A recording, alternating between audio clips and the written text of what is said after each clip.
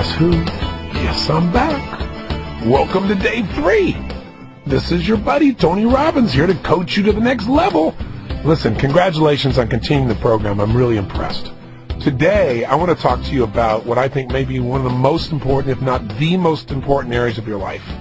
An area of your life that, when it's handled, can give you the greatest amount of joy and love and ecstasy that you've ever imagined, and probably is most of the peaks of your life have some aspect of this in your life.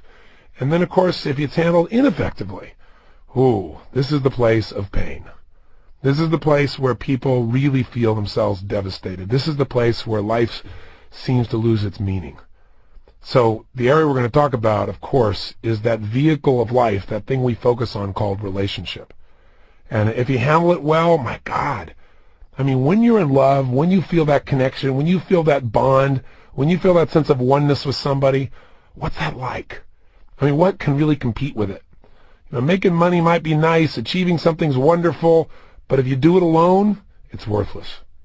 If you don't have someone to share that joy with, what's it like? At the same time, being upset with yourself is one thing, but when you got someone else to be upset with, boy, you can really do a number, can't you? You can really get yourself upset. You can really get yourself wired. You can make yourself feel massively inferior or massively superior, angry, upset, frustrated, hurt, devastated, right? You can do just about anything to yourself you want with this vehicle called relationship. And I call it a vehicle because we forget that relationship is a way of relating, that it's a process. It's not a fixed thing in time, that it's always changing, it's always moving. In fact, one of the challenges we have as human beings is we all want to get things done. You know, we want to have the whole thing done. We want to get all that financial stuff handled so we never have to work again. Of course, if you never worked again, you'd be totally unfulfilled. And I can tell you that because I had the privilege at a very young age to achieve that. I don't have to work anymore. But everyone I know who never has to work again usually works harder. They're just doing what they love now. Their focus is on doing things because they want to, not because they have to. But most of us think we want to reach this level where we can just stop. When you stop, you begin to die. I mean, there are 2 laws of life, and they're so fundamental, and they're true of everything, and they're certainly true of relationship. And that is, everything in life must grow, because if it doesn't grow, it what? It dies. And that's true of a relationship, that's true of your body, that's true of your mind, that's true of a plant, that's true of anything in the universe. You grow or you die. When you're green, you grow. When you're ripe, you rot. When you start thinking it's over, it is over. So you can't look for a fixed time when all of a sudden your finances, your body, your relationships are done. It's never done. Your body is a constant challenge to constantly improve and strengthen and make powerful and passionate so you can live life at the highest level and have that edge we're talking about. Have that extraordinary quality of life. And the same thing is true of a relationship. You know, most of us have got so many things going, want a relationship to just be handled. But if it was just handled, you wouldn't have to grow, you wouldn't have to expand, you wouldn't have what you deserve in your life. You wouldn't have that little bit of resistance when you need it, and you wouldn't have that comfort when you needed the reinforcement. And most importantly, you wouldn't have love. You wouldn't have the deepest level of love, the level that you're able to share, whether it be with your creator or with your children or with your lover or your best friend. I mean, that's what relationship's all about. The second law of the universe is you must contribute. Because if you don't find a way to contribute in meaningful ways, you're eliminated. That's a law of life. That's a law of the universe. Anything that doesn't contribute eventually is eliminated by evolution, if not by something else.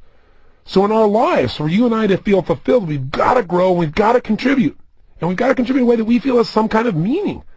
If we don't do that, it doesn't matter how much someone else loves us, we won't be happy with ourselves. So a relationship is a place that we go to sculpt our souls, to sculpt our spirit, to sculpt our emotion, and to enjoy life to the fullest. And when it's handled properly, it is the most incredible joy, pleasure, excitement possible. And when it's handled poorly, oh boy, is it pain, isn't it?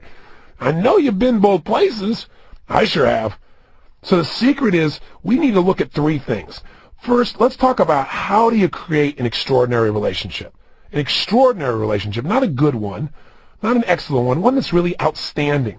Now, I don't care whether you're starting from scratch or you have one you're already in and you want to create it or recreate it, rejuvenate it into an extraordinary relationship. The principles are basically the same. The second thing we want to talk about is how do you deal with the inevitable challenges that show up in any relationship. They're going to be there because when you got people who have different values, different ways of looking at life, different rules, you're going to have conflicts. It's a matter of time. And no matter how much you love somebody, it's going to show up at times. Some conflicts are small, some are huge. That has more to do with the personalities and the rules and the values of the people involved.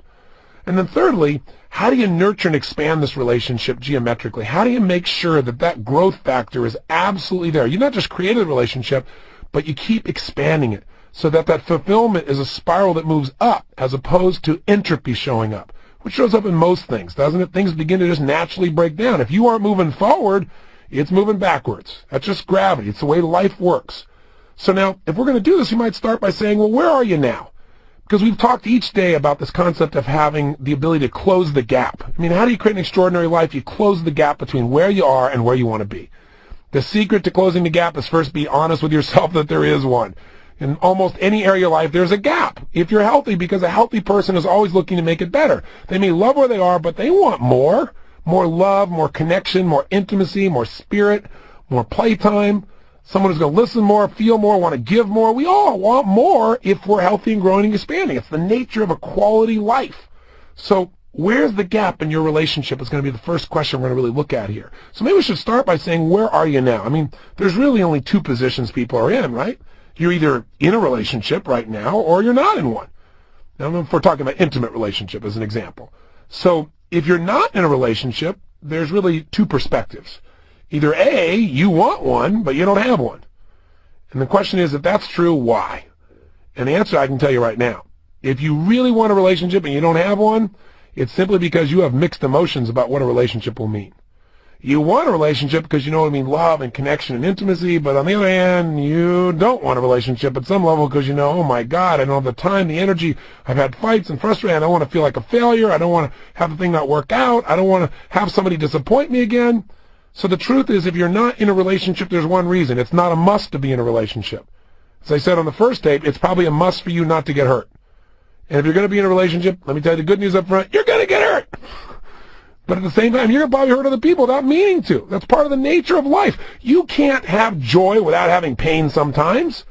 Everything in life has its reciprocal. You can't only have one dimension of life. It's like saying, I want the rainbow but no storm. I mean, it's part of life. And what you learn to do, those that have an extraordinary life, are people that learn to enjoy the storm as much as the rainbow, have learned to find the value in the storm, the beauty in the storm. I mean, that's when all that rain comes down that some people are upset about, the plants are gobbling it up and loving it.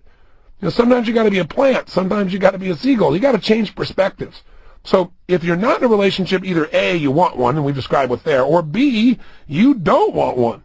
And you're clear about that. In which case, it's obvious what the problem is. You've associated so much pain to relationship that even your natural drive for connection is being shunted.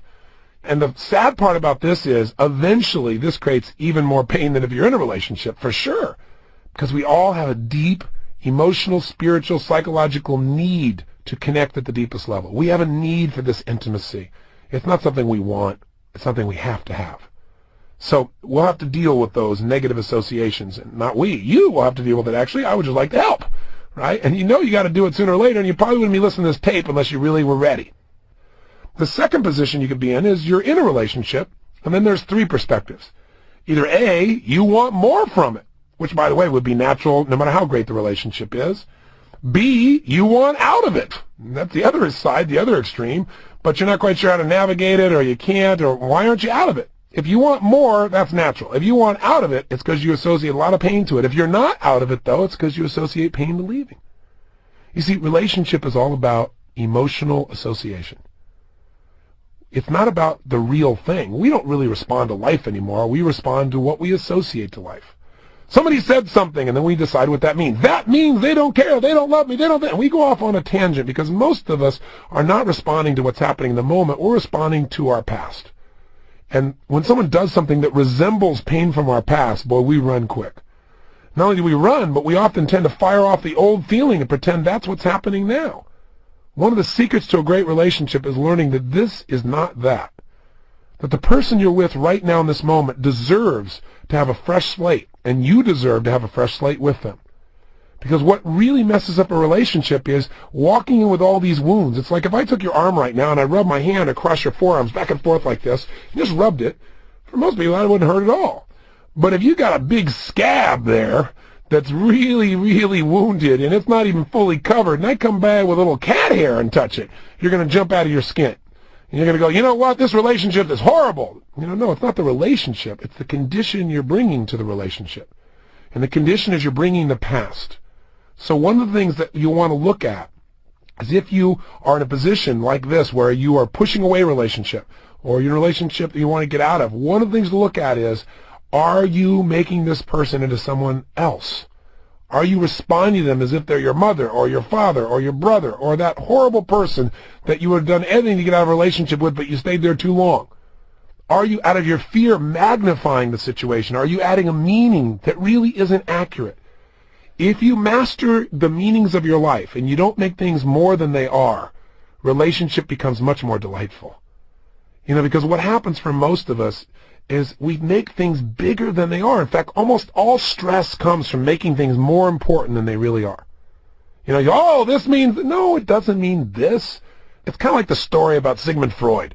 One of the big conventions that he held to teach all these other psychoanalysts the process that he was teaching through Freudian psychology, he's sitting in the back, and while another speaker is speaking, he's smoking a big stogie, a big cigar.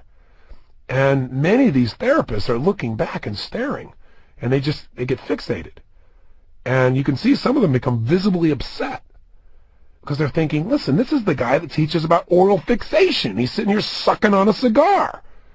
And so most people would never dare say anything. And when Freud got up, he's a very powerful man, and he begins to speak.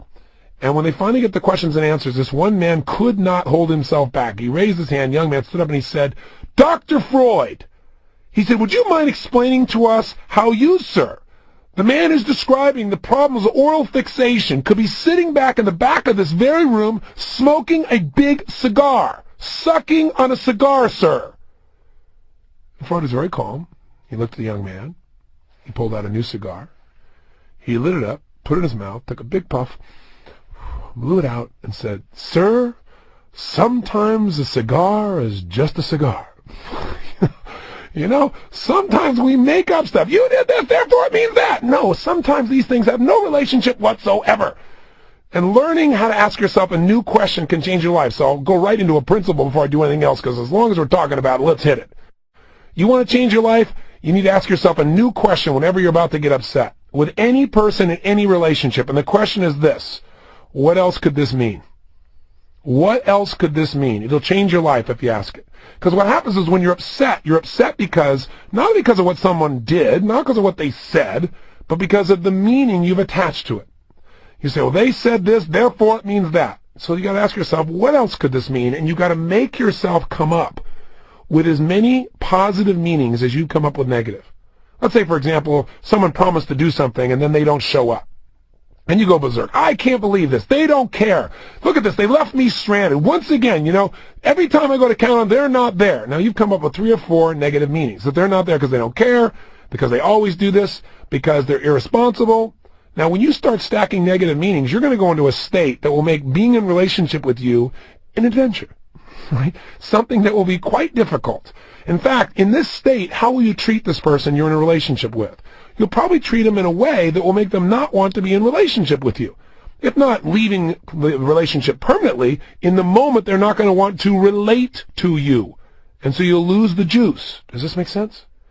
So instead, what you got to be able to do is come to that relationship with an open new set of possibilities. Because the truth is, most people when they screw up would beat themselves up more than you beat them up anyway. So why beat them up and push them away? You're supposed to be their lover, their friend, their manager, their associate, their partner, their mentor, their father, their mother, their son, their daughter, whatever relationship you have. Why not cultivate them? That doesn't mean you have to accept bad behavior, but the way you do it is you don't assume ever that the person has done something deliberately to harm you. When people do things, it's rarely, if ever, about you. Usually you're not that significant. They're trying to meet their own needs. They're trying to deal with their own fears, their own frustrations. You just happen to get in the way. And that's true for you and I as much as anybody else. So you got to remember, it's not about you most of the time. Even if someone's upset, they're usually upset about something from their past. They're upset about something they feel frustrated about internally. And if they're frustrated with you, it's only because they have the illusion that you're preventing them from being able to experience something they need, some certainty or some significance or some love or something they think they need. So get real and know that it's not about you. And then ask yourself, what else could this mean? Well, maybe they're not here, and you got to come up with powering meanings, not more negatives like, well, it could mean that they're really a jerk. No, that's not the way you do it. You say, what else could this mean? Well, Maybe they've been in a car accident. Maybe there's something else that's happening that's critical to the quality of their life. Maybe they're actually doing something for me. Maybe I didn't make it absolutely clear that I need them to be here at this minute. Maybe I overloaded them with too many requests. If you come up with enough other meanings that are empowering, you'll finally get yourself into balance. And when you do communicate, two things will happen. One, you'll be elegant. You won't assume the worst, which really hurts people. When you assume the worst, even if you're right, you injure people in relationship. And when you injure a person you're in a relationship with, you injure yourself. Because you injure the relationship, and that's something you share together. It's like so many people in a relationship, things aren't going well, and the first thing they do, what do? They attack. Now the problem is, you're attacking your teammate, you're attacking your shipmate. We're on this spaceship called Earth together, and half the people are trying to blow up half of their own ship. It doesn't work. Relationship is about unity. It's about how do we help each other move to the next level, not how do we punish each other. The biggest challenge you'll find in relationships is people would rather be right than be in love. And you got to ask yourself, what else could this mean? Do I want to be right? Do I want to be in love? Do I want to learn? Do I care about this person? Let me focus. So I've kind of gone off on this tangent, but I'll tell you why. Because if you want great relationships, you've got to become a master of meaning, and you've got to find empowering meanings. In fact, even if you're wrong and you assume the best from people, they're going to appreciate that. And pretty soon, that expectation becomes something they want to meet. Rarely do people respond from negative reinforcement, but consistently people respond to pleasurable reinforcement. For example, if you wanted your spouse to call you every night at 6 p.m. when they're on the road, and one night they don't call, and then when they finally do call, you tear into them. What have you taught them? You taught them calling you equals pain. You said, no, I'm teaching them not calling me equals pain. No, they wanted to call you. They called you on their own. Now's the time to give them reinforcement. I saw this happen with my daughter, with her boyfriend. It's like she wanted him to call, and he got busy, and he didn't call, and when he finally called, she would just tear into him. After about 6 weeks of this, he wouldn't call at all, and the next thing you know, the relationship's over. Negative reinforcement is not your goal. So how I got off on this tangent is, if you're in a relationship and you want out of it, don't respond from the past, don't assume the worst, find an empowering meaning, and then if you still see that this is not meeting your needs, and we'll describe how to decipher that in this tape, then obviously you need to take action. The third perspective is you may be in a relationship and you may just be immobilized. You may be just have given up. You may be in repression. You don't want out. You don't want more. You just kind of accept the fact that this relationship just is. And that's probably the worst place to be, because you know what? Pain and pleasure at least will move you. If you're in a rut, you're in trouble. I hope a wagon's coming down your rut, because it'll get you moving. Because to have a life, you've got to have some movement. So if we're talking about relationship, the first thing I want you to think about is, let's say intimate relationship. Where are you? Are you in a relationship or not? And what's your perspective? Right? Do you want a relationship? Do you not want a relationship? Do you want more from the one you're in? Do you want out of it? Are you immobilized? Because we need to know where you start. Now, the next question I have for you is, okay, where do you really, really want to be? What would your ideal relationship look like? I'm going to guide you through a process on this tape to have you actually describe that in detail. But I want you to begin to think about that even now for a moment. I mean, if you could have it any way you want it, what would your intimate relationship be like? What would you guys talk about? What would you laugh about? What would you share? What would you learn together? What would you grow? What would you contribute to each other? How would you make love? What would be the magic times that you'd share? How would you surprise each other? Most of us are so busy with all the demands of our lives that we don't take time on the things that are most important. Most people's lives are not working because they're more focused on, the to-dos on their list than the relationships that matter. See, at the end of the day, when I'm teaching someone how to manage their life, I don't just have them look at their to-dos. I say, what did I achieve today? But the next question I ask them is, who were you today? In terms of your relationships. Like I'll say, today I didn't get all these other things done, but I was an extraordinary father today because I spent such great time with my daughter Jolie. We did these cool things, and they weren't what I intended to do initially, but it's the most important thing to me. And all of a sudden the day is a victory. Life is relationship. And the quality of your life is directly related to the kinds of relationships that you create and you expand and nurture throughout your life. But it's easy to get off track and get caught up in the doing, isn't it? So let's take a moment now and let's answer a really important question. What's the purpose of a relationship? Any relationship. Is there a universal purpose? Is there a universal reason? I mean, so often in life we want things, but we forget what we want them for. I mean, have you ever said, I want a relationship? And then you got one and you thought to yourself, I don't want a relationship, right? Because you thought what you wanted was a relationship, but what you really wanted was something else. Maybe it was intimacy, maybe it was love, maybe it was sensuality, maybe it was a connection of spirit. Maybe it was someone that would tease you, provide variety. Maybe it was a challenge. But what happens for most of us is we don't know what we're after. And so then we get disappointed when we don't achieve what we don't even know we want. So you got to get clear. What's the real purpose of a relationship, of all relationships? Some people say, well, to communicate. Other people say, well, to learn, to share, to know, to understand, to experience things. All those answers are accurate, but the real purpose of a relationship, the purpose that feeds out of all the things we just described, is one simple thing. The purpose of a relationship is to magnify the human experience. Now, what do we mean by this? Well, think about it. How does it feel when you experience something on your own? It can be phenomenal. But why do you want to share that? Because in the sharing, not only do you get to experience it again, but there's a magnification, isn't there?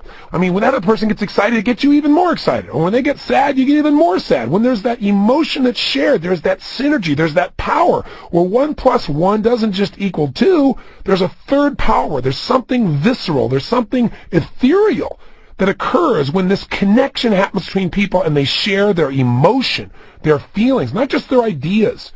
See, it magnifies our experience of life. That's why we search for it. I mean, would you like to go to the ballpark for a sporting event with 4 people there or 100,000? You might say 4, I get a better seat. But I'm talking about from the feeling. When that person hits the ball and 3 people go, yay, woo, yay. Not quite the same as when you're in the middle of the Super Bowl or you're in the middle of the final game of the World Series or the middle of the NBA championship and Jordan steals the ball and everybody jumps to their feet and you hear the room screaming and shaking and every part of your body is vibrating and he scores and you go nuts. And the city goes nuts. Why don't we all just go off and say, see you guys later, and then go, yeah, by ourselves later on? Because there's not as much power in that. The power is in the sharing. That's the power. Relationship is about sharing. And the quality of your relationships is in direct relationship to the amount. Look, that sounds interesting. The power of your direct relationship. But that's true. So I'm going to continue. The quality of your relationships is in direct proportion to the amount of yourself that you're able to share with someone. That's how you're able to relate. It's sharing. And the amount of that person's emotion and feeling and spirit that you're able to share with them. In other words, you got to listen. You got to hear them. You got to feel them. You got to experience them. It can't just be you doing a data dump to somebody else. That might feel good for a while, but it won't last. Community comes from relationship. I mean, if you look at the web, and people go on the web, and if it's a place you can go and just get stuff, that's nice. But it becomes a community when you know it's a place you can go give things. When both are happening, the give and take, when you can pitch and catch, now you got something because now there's a growth, there's an expansion, there's a magnification, there is life. That's what relationship's about. So if you're in a relationship and you're not able to share, you're not really in a relationship. If you're not able to care about someone else's sharing, you're not in a relationship, right? Or you're in a low-level relationship. Obviously different levels of quality, but not an extraordinary one, not the kind of one that a person who gets a program called Get the Edge wants to be in. And we talk about get the edge here. We talk about get the edge over someone in a relationship. If you have something over somebody, you're no longer in a sharing mode. You're in a controlling mode. That isn't a related state. That's not a relationship, right? When we're relating together and we're moving in a direction like that ship, we're related, moving the ship forward, right? We're experiencing that joy, and we're experiencing the happiness, and we're experiencing the pain, and we're experiencing the learning. We're experiencing all of those human elements, all of those elements of the spirit. So we've got to do this. And I'll tell you, this is true just about anywhere. I was working the other day with Lou Pearlman. This guy's an amazing guy. I don't know if you know who he is, but he created all these boy bands like NSYNC, if you're familiar with them, and the Backstreet Boys. They sold more records in 1 week than any album in history. And he manufactured these groups, literally. He saw what people in our society relate to most. What's the music that moves them, that connects them?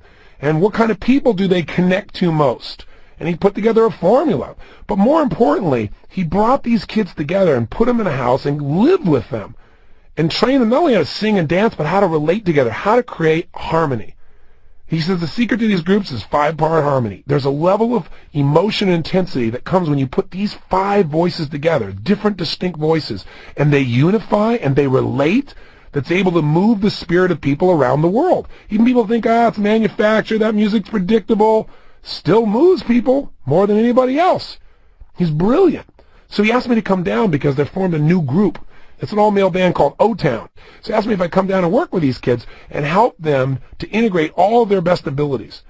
And when I went down there, I had this conversation with these young men, and I said, listen, every one of you as an individual has achieved an immense amount just to get here.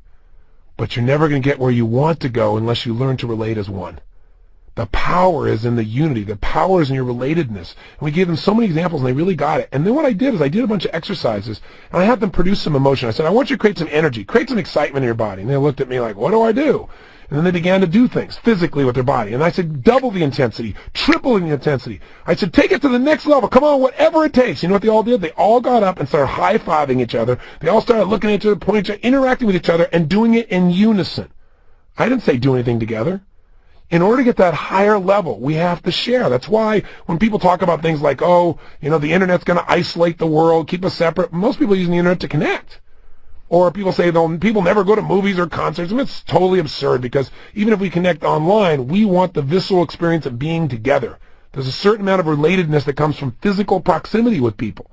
So what I'm trying to say to you is, if you want the most out of your life, if you want an extraordinary life, the edge comes in extraordinary emotion, extraordinary psychology, and that comes in your capacity to share with quality people at a deep level of relatedness on an ongoing basis that expands your ability to enjoy your life. Some of that relatedness will cause you to find a way to grow like you've never grown before, because someone can find a way to move your spirit and challenge you, and you can do the same for them. Some of it's going to create pain that makes you have to look at your life, which will make you grow. Some of it will give you the sense of contribution you've always been looking for. Some will stimulate you and give you variety. Some will add certainty to your life. All the human needs can be met in this way. Now, you can meet these needs by yourself, but never at the same level of intensity. You have the potential to, but you won't. So, if relationships are so important, why don't we always magnify our emotions? Well, we do. The only question is which emotions. If you get in a relationship with somebody whose primary psychology, their primary emotions they experience on a regular basis are fear and rage and worry and frustration and jealousy and envy, and you get in a relationship with that person and you have a lot of dominant negative emotions, let me tell you what's going to happen. Two people with negative emotions are going to magnify their negative emotions. Now, if your predominant emotions are positive, if they're love and excitement and passion and compassion and honor, right? If it's peace, if it's centeredness, and you're with somebody else, you will augment each other. You'll magnify those good feelings. And most people are not so extreme that they're just one or the other, are they? So for most people, their relationship is the place of their greatest pleasures and their deepest pains. The secret, the real secret to relationship is this. You got to understand a relationship is a place you go to give, not a place you go to get. See, as long as you're going to a relationship trying to figure out what you can get out of it, then what you really have is a transaction, not a relationship. You're trying to figure out I gave this percentage. I gave 50%. They got to get 50%. When you start measuring how much you give in a relationship, the relationship's over. You now have a transaction, right? Because a relationship is about unlimited sharing. A relationship is about unlimited giving. And when you share at that level, you magnify all that's good. But when it becomes about who's done what, when a relationship is driven by rules and not by love, a relationship begins to die. Everybody needs certain rules in order to feel comfortable, to meet their values. But the more rules you have, the more pain you have in a relationship. I remember seeing years ago on CNN, they did this little story about the Gerber food people, and they were shooting a commercial. And the commercial had, if I remember right, like 5 families that had quintuplets. And it was really interesting because they were different ages. Most of them were babies, but there was this one guy whose kids were, I don't know, the quintuplets I think at this stage were probably 4 or 5 years old.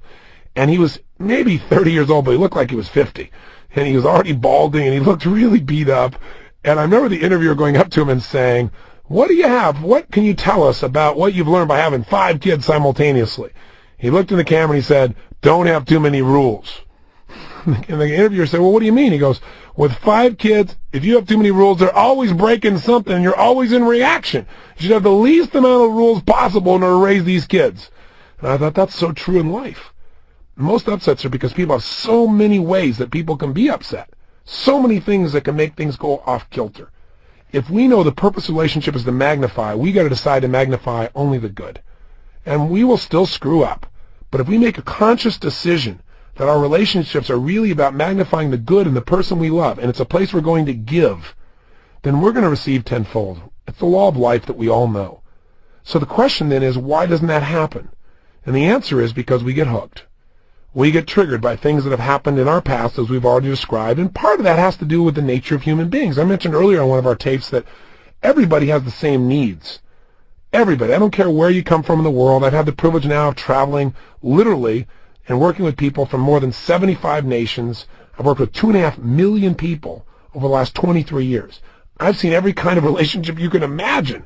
Worked with just about every kind of person you can imagine. And during that time, I've been able to see that people have the same needs. They have different goals, different values, different rules, but the same needs. We all need certainty, remember? We need that feeling that we can be comfortable, that we can avoid pain, we can gain pleasure. We all have a need for variety, for uncertainty, for surprise, right? For challenge. It's what makes our lives exciting and juicy. We all have a need to feel significant, to feel important, to feel unique, to feel special, to feel like we're needed. Everybody has that need. The only question you have is how you go about meeting it. Do you demand it, or do you give it? Or do you just notice it's there and appreciate it within yourself? Everybody has a need to connect and to feel love. Everybody has that. Everybody has a need to grow, as we've already said, and to contribute. Those 6 needs must be met by all human beings. But here's what's interesting. We don't all pursue these needs the same way. Some people try to meet all their needs by doing it just through their job. And so they have no real intimate relationships because all their focus is about how to be significant by achieving. And connection is kind of a secondary thing that eventually they'll get to. And these people usually end up unbelievably unhappy later in life, if not already. Some people think everything is about relationship, just my one single love relationship. But then if that relationship gets in trouble, they have no life.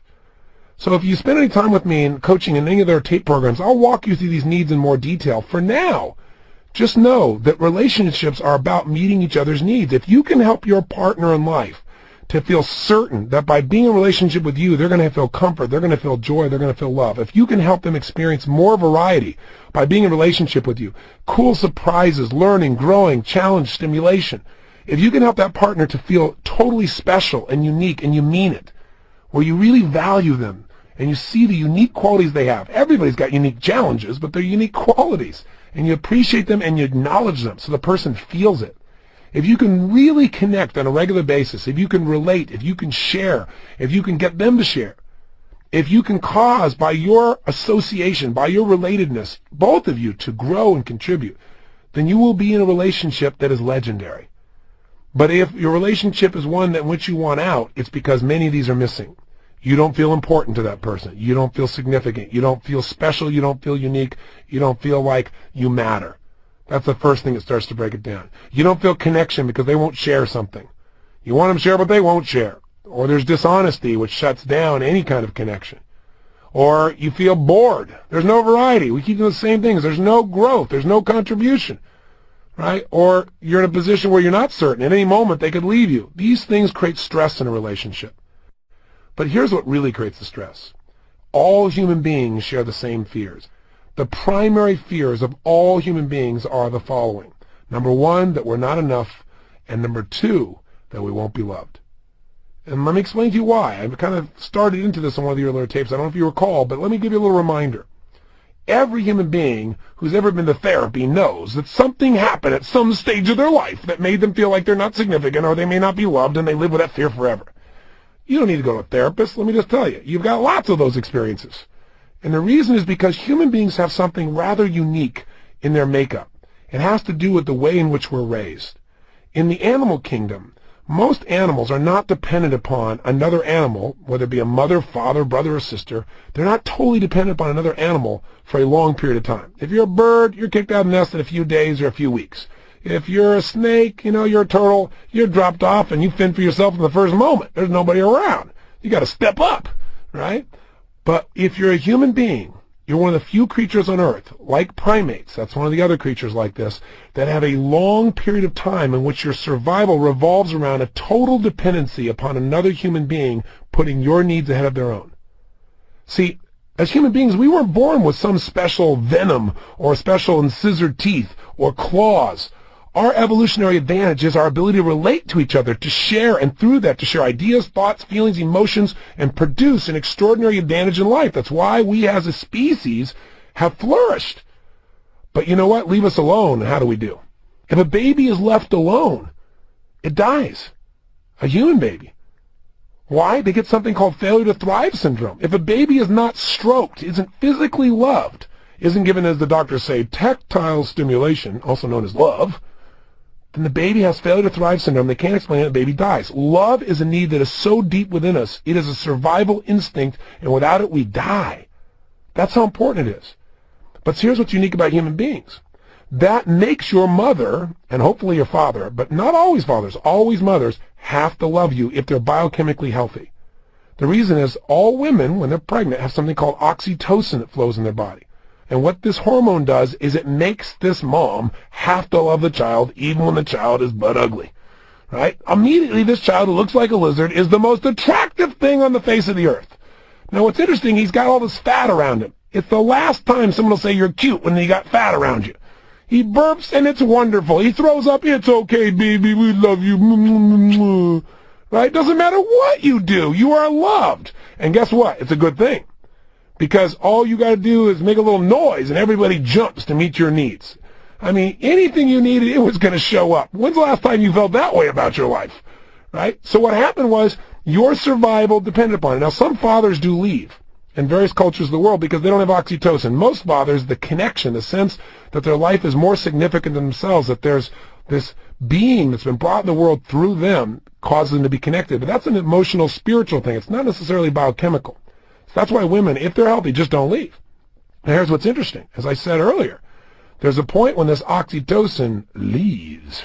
When that stuff wears off, ooh, the stuff hits the fan, doesn't it? Suddenly, the same stuff you used to do, you get a swat for, or a harsh word, or ignored. You know, suddenly there's all these rules that have to happen before you get love, which is your substance of survival. Think about it. You have to do something significant now. Before you have to do anything, not just, you have to act a certain way. Good or bad. If you don't get attention for doing good things as a child, you'll do bad things. And by the way, adults are just big children. So you have the same patterns at some level. And so what happens is you learn. And by the way, how long is this dependency for most people? It's not like other animals. It's not a few weeks. It's not a few months. It's 5, 10, 15, 20, these days 35 years of total dependency before somebody finally gets it. So we live in a world where we become connection freaks because we know if someone doesn't care for us, if we're not significant enough, if we can't generate enough love, we're not going to survive. So while you may remember having gone to your therapist this one time when your father or mother said something, or another child said something, or somebody dumped you, or they didn't give you the love you deserve, and that's why today you have this inferiority thing. That's why today you have this fear of not being enough. That's why you don't feel loved. That's why you can't be intimate. Bull. It's because you're human. All of us have it. Some of us indulge in it. Some of us live there. Other people discipline it and say, when that comes up, hey, here's the truth. I can love myself. Here's the truth. I love my Creator. My Creator loves me. Here's the truth. This problem is not a problem. I just need to reconnect with this person. But you got to understand that this creates a situation in most intimate relationships of pain. Because the minute someone looks like they aren't loving you, or they're not treating you as significant enough, the fear of the loss of love, the fear that you're going to die emotionally comes up. And what most people do when that fear shows up is they try to get out first. They either try to hurt the other person, because they figure if they can hurt them, they'll be in a position where they won't feel so bad. They take their fear and they push it out. Or they hurt themselves. They go inside and get depressed, feeling like there's nothing they can do and their world's going to end. Or they distract themselves through drugs or alcohol or television or overworking, something else that'll make them feel good in the moment so they don't have to worry about the fact that maybe they feel insignificant. Or they find a big problem and they say, I really would be significant. I really would be worthy of love. That's what they're saying unconsciously, except this thing happened. If it wasn't for this thing, I'd be okay. See, still love me. I have a significant problem. I'll love you. Some people get that love by just giving love to other people even when the person physically abuses them, because they're so afraid of losing the feeling that they're significant or loved. At least if I'm being beat, at least if I'm getting attention, maybe there's still a chance for love. Or the achiever's approach. If I make enough money, if I accomplish enough, if I achieve enough, then people will notice I'm important and eventually I'll feel loved. Maybe I'll get the love. It is the basis of the psyche of human beings. So now, since most of us have no clue what's driving us, we have no clue what beliefs and rules are controlling us, and we've modeled most of this as a mismatch of experience that we never really thought through consciously. We've never been through a date with destiny type of program where we help people to find what they want, how they want it, what the rules need to be to achieve what they want and rewire themselves. Most people have no training whatsoever on what's driving them as a human being. They don't know why they do what they do. They just got these things that they do, and they don't understand it. They're in reaction. They're just trying to get the job done. And you put two of these people together, and you wonder why we have a situation where there's so much pain out there. Take into account also you have people, two types of people, males and females, who biochemically are different and therefore think differently. Some males are more feminine in their energy. Some males are more male in their energy. Same thing with women.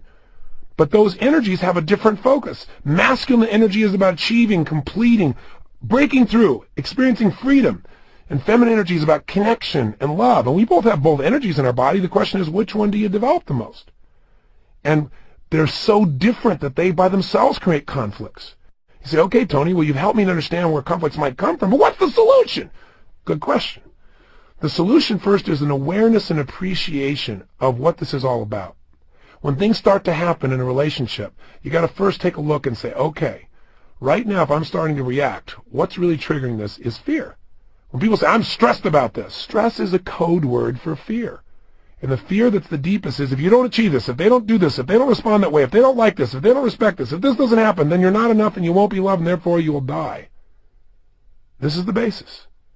So the way you make your relationships work is you first create a great relationship with yourself. You first got to learn to love yourself. Because if you're going to a relationship to get that instead of to give that love, then you're going to be with two people that are starving trying to take each other's food. And, you know, that's the definition of hell, right? All that you're looking for is inside you. So the way you create relatedness is you start with you. And the way you start with you is you got to say to yourself, what do I love about myself? What is worth loving within myself? And you got to create an action plan, as I said earlier, that can allow you to start to feel that. And the way to do that is to ask a simple question. If I want someone to feel totally loved by me, what would I do? What would I do? Because actions speak louder than words, right? Well, you might say, I'd tell them I love them, and I'd say it in a certain tone of voice. When's the last time you looked in your own eyes in the mirror and said, I love you? I mean, really looked and said it and meant it. People go, I can't go on doing that stuff, staring in the mirror. I'm done with these tapes. You're getting a little over the edge, boy. No, when's the last time you really did that? You know, for that matter, when's the last time you looked into someone else's eyes who you're around all the time and stopped and just focused and said, I love you through your eyes and face, not just with the words? We all know we can't give to other people what we haven't given to ourselves. There's nothing to give. You can't go in empty and expect to fill somebody else up. And you sure as heck can't go to a relationship always empty and expect that that person's going to feel good about being related to you. They're going to feel like you're a taker, not a giver. So fill yourself up. What else would you do if you wanted someone to know you love them? You might do things for them. You might take some special time for them. What are you going to do for yourself? What special time could you take for yourself? What else would you do if you really, really adored somebody? What else would you do? You might tell other people how great they are. You go, well, can I tell other people how great I am? Yeah, you can if you do it elegantly. You absolutely can. As long as you do it with a little smile on your face and go, well, I'm pretty good. Can I tell you what I did? Because I want to hear what you do. I'm just learning to acknowledge myself. You know what? If you do it and you're not full of yourself, you're just acknowledging the truth, it inspires other people. But if you do it and you try to pretend like you're not doing, go, yeah, well, let me tell you what else I've accomplished. That's not connecting with yourself, and so you can't connect with anybody else, and you're just seen as a blowhard. Well, there are other words to use, but they're a little more graphic, and I think I'll avoid them at this time. You know what I mean, right? You got to connect with yourself. So before we do anything else, I've talked about so many things here. Maybe you want to take some notes and jot down a couple of these principles, and maybe you say, okay, all right, one thing he's talked about so far is when I get upset, I need to ask myself, what's really happening here? Am I responding to my past or the present? I need to ask myself, what else could this mean? I'm just going to do that for the next 3 days or the next week. I'm going to do that all day long in any upset I have. That might be a nice thing to do. Because if I was doing this as a tape program, honestly, I do a whole library and we break it down. So maybe you want to start with that. But right now, and there's a bunch of things we've done here. Why am I in this relationship? To magnify my emotion. Now, are these the emotions I want to magnify is the question? No. Very good. For me to feel this way, I have to give it a meaning. What's the meaning I'm giving this? Well, what else could it mean? You know, Tony said the principle. It's not about me. If they're doing this stuff and they're coming at me, it's because they need significance. They're screaming for significance, or they just need some love. It's not about me. They're not trying to hurt me. They're trying to meet their own needs. So we've talked about a lot already, haven't we? If I'm really in a position where I'm really, really upset with somebody, you know, is it something I'm upset with myself about? Asking quality questions gets you quality answers, will get you a quality life. But let's do one thing right now. Because in a few moments, we're going to talk about the most important principle in creating a relationship. But before we even do that, I want you to turn off this program in a second. Just turn it off for a moment. And when you do, I want you to write down a game plan of what you're going to do so that you really love yourself. And I don't want you to hear the story of, I can't love myself, I never love myself, it's not a problem. Forget all the stories. The only thing keeping you from getting what you deserve and what you want is your story about why you can't do it. So put the story aside. Give yourself this gift. If you were going to really cherish yourself, if you were going to really let yourself know you really love yourself, what would your action plan be? And by the way, how important is it for you to feel that you love yourself? I mean, if you don't, can you really love anybody else really 100%? Do you really think you have the ability to give if you don't have that love for yourself? And let me tell you the good news. You do have that love for yourself, otherwise you wouldn't be alive. You would have taken your life, you'd be gone. So don't say, I don't love myself. That's just something you may have said over and over again. Let's just be more demonstrative. So I want you to create an action plan. What are you going to do? You say, I'm going to take 2 minutes in the morning for the next 7 days. I'm going to do this stupid thing Robbins said. No one will know. I'm going to look in the mirror and I'm going to say a little incantation over her. I'm going to look at myself and go, I love you. I love you. And you say your name, look right in your eyes. I love you. Let me tell you what I love about you. I love your commitment to people. I love your caring heart. And say your names. And I'd say, Tony, I love your caring heart. I love your commitment to people.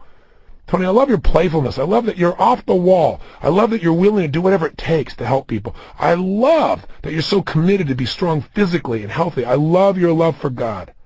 I love, and look in your own eyes. Because then it's not just saying, I love you, I love you, I love you. It's giving real reasons. It's like when you give someone a compliment in a relationship, little tip, don't just say, you're great, you're awesome. That wears off real quick because people think, you're just blowing smoke. But if you can say, you know what's really great about you? Or you know what I love about you? I have to tell you, I noticed this and this and this. I created a relationship, when I first went to work with the San Antonio Spurs. I had a bit of a challenge because at the time I first went to work for them, they had a guy on the team named Dennis Rodman. So getting in a relationship with Dennis Rodman when you're a white guy and you're taking his free time and making him sit for 3 hours in a seminar is sometimes a bit challenging. But the way I got it with him was with sincere compliments. I had brought a group of kids down the night before as part of my payment to train these guys at the Spurs was to take kids on mentoring and for the Spurs to meet them and maybe give them autographs. Dennis was the only one after the game that stood around and signed autographs from everyone else, and I noticed it. And so when I got up, I said, Dennis, I know you're outrageous. I know you're crazy. I know you're one of the best players in the league. I know a lot of people get upset with you, and I know there are things that they probably have a right to be upset. But I got to tell you something I really respect about you. You are such a class act. You're the only person last night, and I'm not telling other people they're wrong, but you're the only person that made sure every one of those kids got attention. That was the coolest thing, and I just want to thank you. And I didn't wait for him to notice. I just went on. And a couple of times it is, and you should have seen him, even Dennis Rodman, sprout up, who'd been putting his glasses on. He tore the notebook up I had, threw it on the piece of paper on the ground, and stood there with his arms folded. But I saw the arms unfold because we all want to be loved. We all want to be significant. Now, we don't want bull. We don't want somebody to lie to us. We don't want fake things, but a sincere compliment gets us. So how about starting with yourself? Because if you can give yourself, you'll be able to give to other people. So that's one thing. That's one assignment. In fact, if you did nothing else on this tape, I'm going to ask you to do that for the next 7 days. That you take 2 minutes and you sincerely compliment yourself each morning and look directly in the mirror. You go, yeah, but what if my spouse or somebody else is around and they see this stuff? Inspire them. Make it playful. Have fun with it. But I'd like you to do right now is turn off the tape, and I want you to write what else besides that will you do that'll get you to feel that love. Because if you have that love already, you're not going to have a fear of losing it. And when you don't have the fear of losing your primary fear, when that primary fear is gone because you know you can't ever be not enough because you're enough for yourself, you can't ever lose the love because you're giving it to yourself, or you've connected with God and you know that's everlasting love, whatever works, then you don't have to react in relationship when someone says something that makes you feel like, well, maybe they don't think I'm significant, or they act like they may not be there for you, may not love you. You don't have to overreact. And when you're no longer overreacting, the quality of your relationships transforms. Does this make sense to you? Then turn this tape off now and write a list of at least 10 things you're going to do to teach yourself, to learn, to appreciate, to acknowledge what a great human being you are and how much you love yourself. Please take the time to do that right now. Turn off the tape. Okay, welcome back. I hope you took the time to really do this. If you didn't, please stop the tape and go back and do this, because you can't love anybody else. Really give love to them if you haven't loved yourself first. And we all know that intellectually, but when you begin to do things for yourself that demonstrate beyond a shadow of a doubt that you love yourself, all of a sudden you're not in a place of scarcity. And see, when you're in scarcity, it's really hard to attract somebody who's full. Because, like attracts like. When you feel full of love, you can't believe all of a sudden there's this abundance. It's like in life, when you're barely surviving financially, no one will help you. And when suddenly you're rich, everybody gives you stuff for free. And you go, no, I want to pay for it. No, we don't want to pay for it. Man, when I was starving, they wouldn't give me a meal. Now everybody wants to pay for my meal, take me someplace, give me something, tickets, fly here, do there. It's bizarre, but it's a law of life. Water seeks its own level. Like attracts like. So you must become in your soul, in your feeling, in your emotions, that which you want. And if you do that, it's easy. It flows. It's natural. Now, what were the things you put down? And what were the patterns? Did you notice any of them? Were some of the patterns things you would do for yourself as a demonstration that you loved yourself? Were they auditory things you said to yourself? Were they things you did that caused you to be around other people that would love you? These seem to be primary patterns people have. For example, the people here in the studio, by the way, if you're ever in one of these studios when I'm doing one of these tapes, you become one of my laboratory subjects, like a guinea pig. But seriously, the people here had a couple of interesting things. One young lady said that she used to, years ago, have this great pattern, which she kept journals, usually about 4 or 5 times a week. But at the end of her journal, she would always write who I love and who I want to send loving blessings to. And then she would always end it by saying, I love you. Her name is Pamela. I love you, Pamela, XOXO. Every single time. And she said the act of writing that down every single time, blessing herself and making sure she loved herself, anchored it in her body so real. And she hadn't done it for a long time. And she misses that feeling. Another example she gave is she just recently created a collage where she cut out a phrase that said, how do I love thee? Let me count the ways. And then she's been adding to that list. And she said, the great thing is every time I write down another thing I love about myself, she's that page in my planner, I read all the other ones again. And so it stacks the emotion of all the reasons I love myself, which, by the way, is really great. Because this isn't just, I love you, or you're great. Remember, when you give someone a great compliment, you want to be as specific as possible. Well, that's true of yourself as well. Another thing that she does that we do in our seminars is we have people at the end of some of our intensive programs. Like if you go to our Life Mastery program, it's 9 days of total immersion that we do in Hawaii, that we do once a year. And then people come back 6 months later to do a program, usually in Palm Springs or Florida, and then they do another program after that 6 months later on Wealth Mastery. And they can do that anywhere in the world. So we get to see people through time. And what we do is at the peak of their emotion, when they made these great changes in their life, and they're in the best physical shape they've ever been in, the best emotional state, and they know they're on target financially, in those moments, we then have to stop and say, now give yourself real wealth. Write yourself this love letter. Write as if it was God was coming to your hand, as if you had no filters about being appropriate. As if, I can brag about my son or daughter, and I mean it. I can talk about how great they are and how much I love them, how special and unique they are, and there's no hesitancy. So write about yourself the way your parents could write about you or God would write about you. And so you have people write this, but the best part is we seal it, and then we send it to them 6 months later when you're in another state, another thought, another place.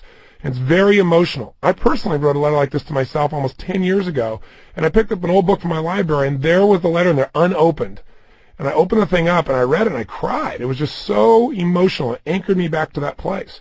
So these are all great demonstrative ways. Another thing she said she's going to do is she said, every morning she spends so much time working on her hair in front of the mirror. And she goes, that's a great time to look in your own eyes and send love to yourself, or kind of flirt with yourself, say, hey, you're pretty hot, that kind of thing. And while it sounds silly, it creates a playful state with yourself. And lastly, she said, working out. Whenever she works out consistently, she feels so good about herself that she feels like she's really giving to herself. And it's ironic that most of us don't work out because we think, I don't have the time, or, that'll make me stressed out. The truth is, not working out creates 10 times more stress. That's why that hour of power is so important. Another person here said that what they really do is they kind of pull the covers up around their friends when they want to feel loved. And that metaphor for this man means that if he's feeling kind of down or lonely or sad, instead of just sitting there by himself, he calls 2 or 3 friends and he doesn't even tell them he's feeling sad. He just talks to them about their lives and what's going on. And the warmth that they feel for him, the love and the friendship they share, just instantaneously transforms him. And he feels that love, even if they don't have an explicit conversation about that. It's a great strategy. Because so many people say they feel alone, but they don't reach out. I was in a prison recently, and I was there with a man who's been locked up since 1951. And we have programs in prison systems all across the country. In fact, recently, talk about impact of relationships, we had a study that was done, a follow-up study, that showed the recidivism rate has decreased massively in a variety of prisons, and it's being published by the Journal of Prisons. But the point is, I went back to see a group of these men, and one of them, if you can imagine being in jail since 1951, I mean, he was just a boy. We hadn't been to the moon, no color TVs, Computers, didn't exist unless they were the biggest, buildings. I mean, it's a very different world, and he's been locked up all this time, and he hadn't had one communication from anyone in more than 17 years. And after I worked with him, I said, this is ridiculous. You're isolating yourself. And so a month later, he wrote me a letter, and he said, I've already had 17 letters from people who we've reached out and communicated with, and he's so happy. He felt so excited, and it inspired him. One relationship led to another, and pretty soon he said, you know what, I'm changing my identity. I'm not a con. Even though I've got 12 more years in here, he said, I feel more free today than I've ever felt my entire life. And he said, I decided somebody on the outside, the difference between them and a con is that they own real estate. So he decided to use his relationships to negotiate an incredible deal on a small piece of raw land that was dirt cheap, literally dirt cheap. And now he's a real estate owner. He's not a convict. He feels so different about his life. But all this came from putting himself in a new circle, a new place in which he felt valued, he felt loved, he felt appreciated. But you got to go first. We all want people to come to us. You got to initiate first. So this is a great strategy. Another person here used their hour of power. They said they take an hour in the morning just to meditate and be, to walk around. Another man here said that he'd love to get up in the morning and just take a little time before anybody else wakes up, have his coffee, and send some emails to friends who he never really finds time to talk to. But he feels like he can connect with them then. He can wake up the next morning and see their responses and have that sense of connection, even though the time zones they're on are so different. Another simple thing to do is just to go places you love. One of the men here said that if he would just in the middle of the day, instead of sitting at his desk and having lunch there, he'd be so much more productive if he really just took that hour and went away and went to a nice place. He loves going to the gas lamp district. He loves the idea of going to the ocean, going to the pier, because those are places that nurture him. And you come back and there's so much more of you to give to your work and to your environment. We live in an age where most of us are trying to be so efficient that we lost the emotion that makes us effective. And that emotion comes from having a great relationship with ourselves, where we feel nurtured by ourselves. And, sometimes you got to do things like just hug yourself, as silly and stupid as that may sound. Really touching yourself. I mean, you got to think about what would you do for someone else, though? You give them a hug. You pat them on the back. One of the things I'll do sometimes is, I'll do something on stage or I'll do something off it. I do something I just know is extraordinary. And I'll reach back and pat myself on the back and smile and, kind of make fun of it. But I'm like, yeah, that was awesome. I don't give a darn if anybody else notices. I noticed. That was kick butt. Because part of the challenge in life is that most of us are not busy looking around to acknowledge other people. So if you don't acknowledge yourself sincerely for doing things that are unique or special or just being loving, you're not going to feel that feeling that you deserve. And the more you give these feelings of love to yourself, the more whole you'll be, the more centered you'll be, the better person you'll be in a relationship. You'll have something to give instead of going there to get. And you know what? You'll be more selective. So now let's talk. We've talked about so many different ideas about relationship. Let me wrap up with two principles that we really need to focus on. And that is, the number one principle is, what is the most important factor in creating an extraordinary relationship? Well, the very most important factor is having an extraordinary relationship with yourself. And that's one in which you relate to yourself, you express to yourself, you share these things, you demonstrate on a consistent basis, not just when you're done with this tape today and you do it for one day, but I mean, you really make it a habit. You schedule time with yourself. That's why the first tape and Get the Edge is the most important one. Because if you take that hour of power, or again, you're 30 minutes to thrive, or as a minimum, you're 15 minutes of fulfillment.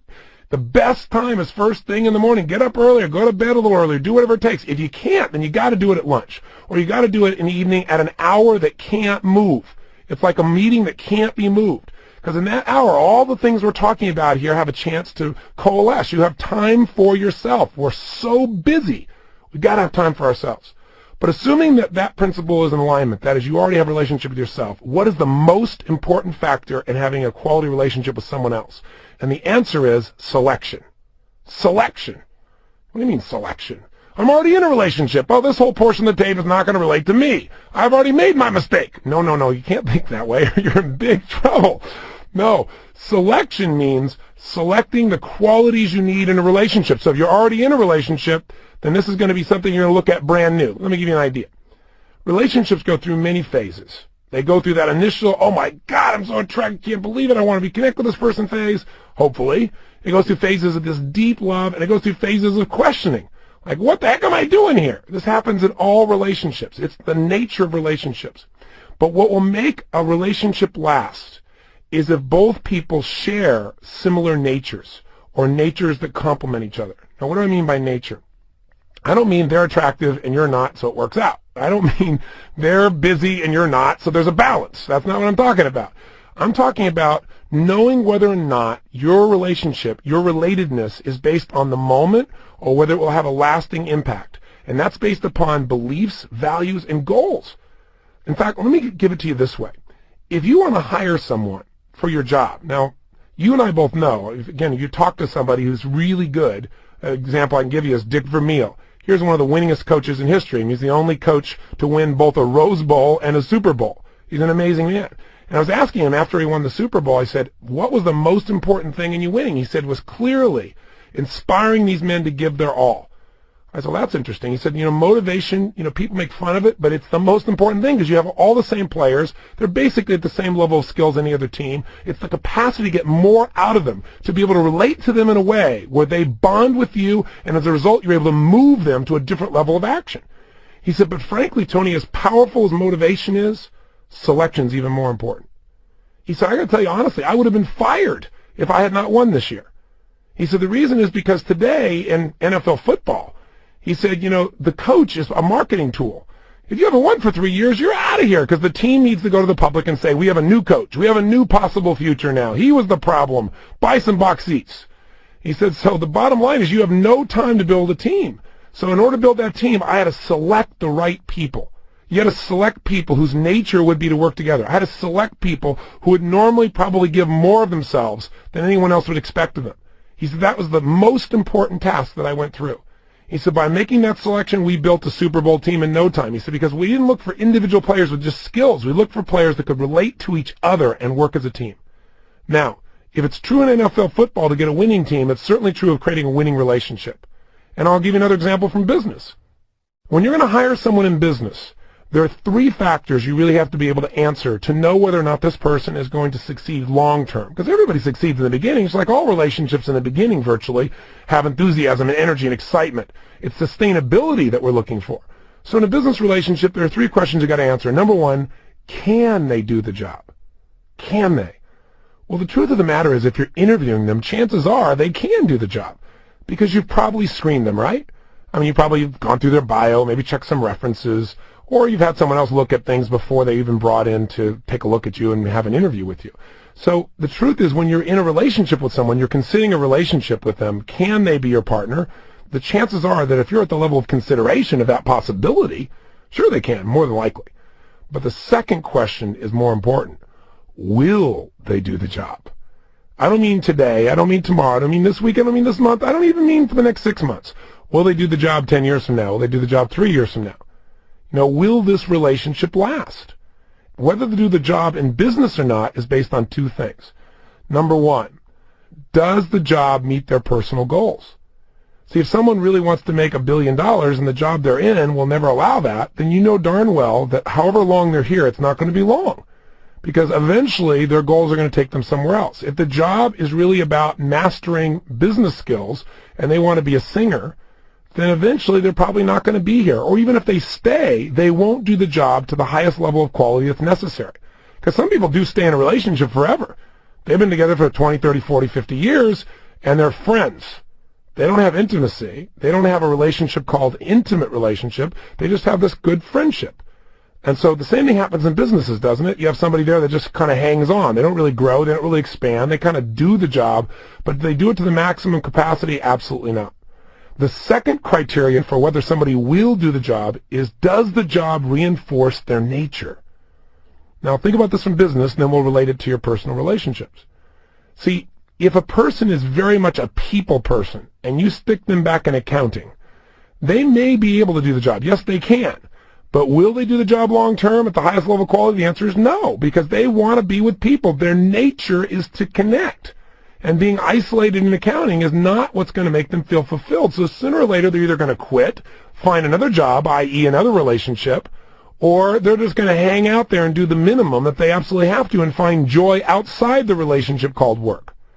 Well, this is also true in your personal relationships. Listen, if you have somebody whose goals are radically different than your own, they want to have kids and you don't, this is a pretty important element. If you can't resolve those goals where both parties are really happy, then you're going to find there's going to be continuous conflict in this relationship, resistance, resentment, and eventually, if you stay together, repression if you don't end the relationship. Secondly, if you are in a position where you're the kind of person that never acknowledges someone, that's just not your nature. You're not much into acknowledgement. You expect, well, people know. I know. You don't have to tell me. Why should I have to tell you? And the person you're a partner with craves acknowledgement, They need to be told how much they're loved all the time. They need to be shown all the time, and you're not that kind of person. You never have been. You can try and get yourself to do that for a while, but your nature says as soon as the person looks satisfied, as soon as the pressure's off, you're going to go back to your old style. And so that person will not be reinforced in this relationship. And someone else is going to come by and stroke them and tell them how great they are and how amazing they are, and guess what? They're going to find a great attraction, a great love, a great appreciation for that person, which you will eventually notice or feel or just sense that there's a loss for you. And so what's happening is you're two great people, but you have radically different natures. Does this make sense? Now, this is not to say you can't make any relationship work, because of course you can. But when your nature is different than the person you're with, that doesn't mean you're not attracted. People who are totally opposite natures can be totally attracted, but they don't usually have sustainability. That's one of those hot love affairs. Yeah, woo, bam, bam, yum. And then, ooh, what happened? How come I'm not there anymore? What happened? What? You're not the same person I met, 6 months ago, or 6 weeks ago, 6 hours ago, right? Everything's changed because the natures are different. Does this make sense? I hope it does. Well, the third question you got to ask when you're hiring someone, you go, boy, Tony, thanks a lot. I'm hiring a lover? Is that what you're saying here? That's what this whole tape's about? How to do a job interview? Well, sort of. Because selection's the most important part. You make the right selection where you find someone who can do the job of loving you and loves that job and will do it because you got the same goals and similar natures or complementary natures. You don't have to be identical, obviously, but natures that support one another. Then the third question is this the right team fit? And team fit comes down to things like values. Now, again, nothing has to be identical, because if everything's identical, you'd be bored. But it has to be complementary. If your goal is to make a difference in the world and change lives and contribute to society, and your partner, who is the sexiest thing on the planet, who is a total hunk or hunkette, who is the most beautiful thing you've ever seen, who you worship the ground they walk on, but their major set of values in life are to arrive at the top and step on as many bodies as necessary to get there, then I got news for you. I don't care how beautiful they are. I don't care how many other things you share in common. Your values are so radically different that you're going to be in conflicts on a regular basis. And when you're in conflicts on a regular basis, then a relationship is hard to sustain, because it's hard to relate to someone. That's what a relationship is. It's hard to form a ship of relations, right? If such a word were to be true. Now, there's be on this ship called life. Go through life with this person on the ship of your relationship if you don't really relate to what you both value most. If you don't really relate to what they value most, they don't relate to what you value most, you're going to have conflicts. Now, don't get me wrong. Some diversity is necessary. But the things you value at the highest level, if these things aren't in common, you're going to not only have conflicts, you're going to have drama and pain, a kind of pain that doesn't go away. Because when people's nature, when they value things so differently, they're going to always have challenges, or they're going to have to repress what they really feel. And neither one is going to make your relationship better or make you healthy or happy. Besides values, another part of team fit is sensuality or sexuality. Because what you value in your sensuality is also extremely important in an intimate relationship. And unless you address that, you got some real challenges. And what's interesting is that very often in a relationship, we try to make our partner be a certain way, don't we? You try to I'll fix my partner.